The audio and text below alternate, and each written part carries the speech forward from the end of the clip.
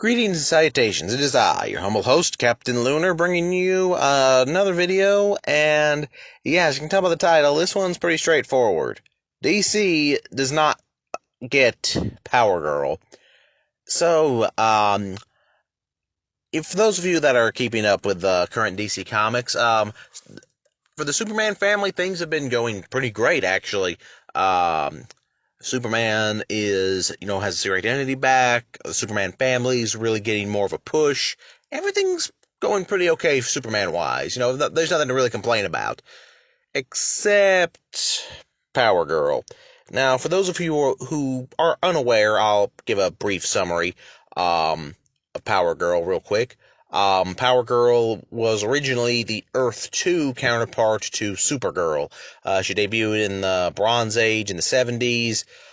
She was essentially a more sure of herself, confident version of Supergirl. She had the secret identity of Karen Starr. She was the Earth 2 Superman's cousin. Essentially, she was the Earth 2 version of Supergirl. However, the major differences are Power Girl always asserted the fact that she was not just Superman's cousin. She didn't wear the S symbol. She didn't, she tried to, basically be her own hero. And, it worked. Basically, the things you should remember about Power Girl are she's confident, and she is sure of herself, and she absolutely won't take guff from anybody. Those are like the major things about Power Girl. And sometimes those have been either played wonderfully well, by various writers, making her a really endearing character.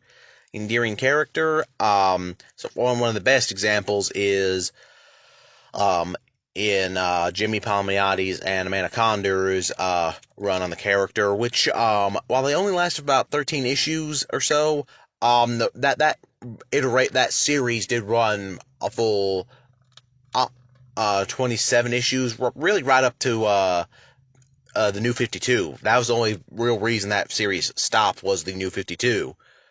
Wherein she got rebooted, and it was not really met that well, if at all. But yeah, now, and the other thing that separates Power Girl from Supergirl is space. In the sense of she's had this space to become her own thing. She was a member of the Justice League International. She was a chairwoman for the Justice Society of America. She had her own company, or her own tech company, Starware, named after her secret identity of Karen Starr, of course. And she was training her own protege in the form of the Third Terra, also known as Atlee, who was essentially, like her essential sidekick. Essentially, it was during this that she was really able to become her own thing, really establish herself. Really, from what she always wanted, even back in Earth 2, was to be her own thing, separate from Superman. To be able to stand on her own. Come DC's current Dawn of DC, with Leah Williams doing Power Girl, and it really just... Now, if this was just a case of, okay, it's a rebooted character, blah, blah, blah, it's not something people agree with, it'll eventually get changed, blah, blah, blah, but it goes a bit deeper. Mainly because Leah Williams is alluding to her past as, being, alluding to her time as Karen Starr, but then going, no, that was just for a secret identity that didn't go anywhere. Or, there's allusions to her past, except for the fact that none of them make sense when you look at how the character currently is. For instance, she's struggling with Earth phrases. She's struggling, to understand, Earth slang, Earth idioms, which, before the New 52, Power Girl was established as being on Earth for at least 10 years or so, showed up when she was, 20, she's currently 30 or so in the current timeline at the time, And yeah, she was very much established as being a diehard horror movie fan. Like she, well, in the Amanda Conner, Jimmy Palmiotti run, they really do establish, yeah, oh, she loves horror movies. And for someone to have that kind of interest and not be able to pick up on common Earth lingo, that was a major red flag for a lot of people, and it just spiraled.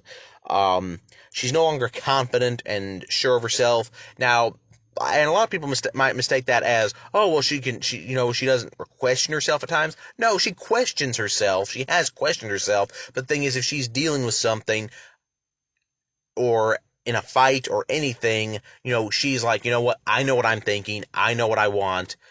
And she might doubt herself, but she never loses confidence in herself.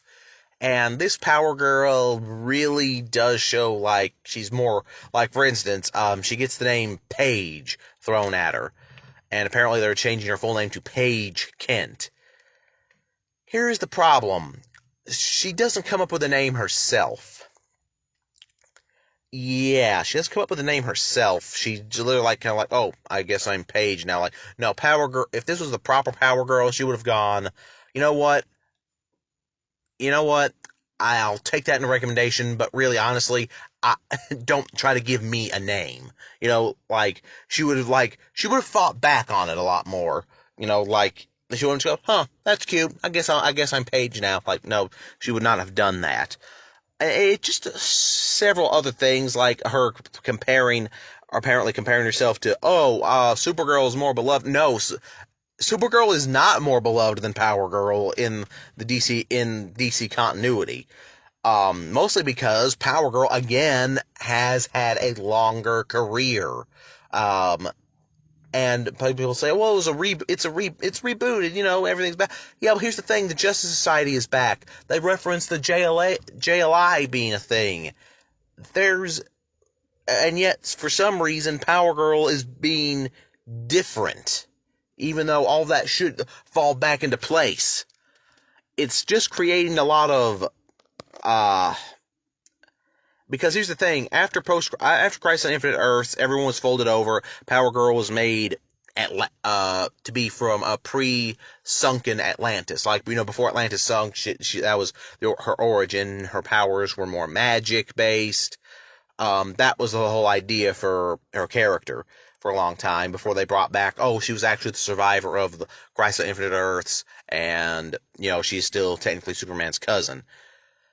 And honestly, while the Atlantean origin never really quite worked, it at least gave her the area to breathe and grow as her own character. Whereas, yeah, now it's just, oh, she's constantly comparing herself to Supergirl, and for some reason people apparently like Supergirl. And don't get me wrong, I love Supergirl. I like Power Girl a bit more, but if we're talking like, I guess I should make this clear, I like the pre-crisis Supergirl more than I do any version of Supergirl currently. That's just me. I just think she had a stronger personality and character and mythos before then. But as far as Power Girl, I've always liked Power Girl. I always thought she was a stronger character. I always thought she than any version of the. Well, I'll take that back. Power Girl was always a stronger character to me than any post-crisis version of Kara Zor-El, Supergirl. So yeah, and really, it's just kind of hard to see. Now, basically, next to no one has really been on board with this. In fact, there is a current fan comic being written by Prince Python over on Twitter. Seriously, check out the stuff. It's really great. It essentially takes the Jimmy Palmiotti, Amanda Conner version of Power Girl and plants her around the Rebirth era. So it's before John Kent is still a kid. There's no aging up. So if you're really a fan of that era of the Superman family, and you're a fan of that version of Power Girl, which to me, that version of Power Girl should be considered, that is the Jimmy Palmiotti, Amanda Conner version. That should be considered the bar none default for Power Girl.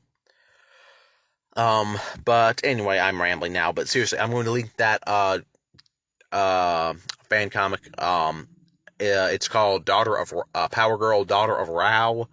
Um, I'm gonna link that in the description for you for everyone to just check out if you're a fan of Power Girl, Prince Python. I really dig what you're doing. Look forward to seeing more. So anyway, this has been Captain Lunar signing off.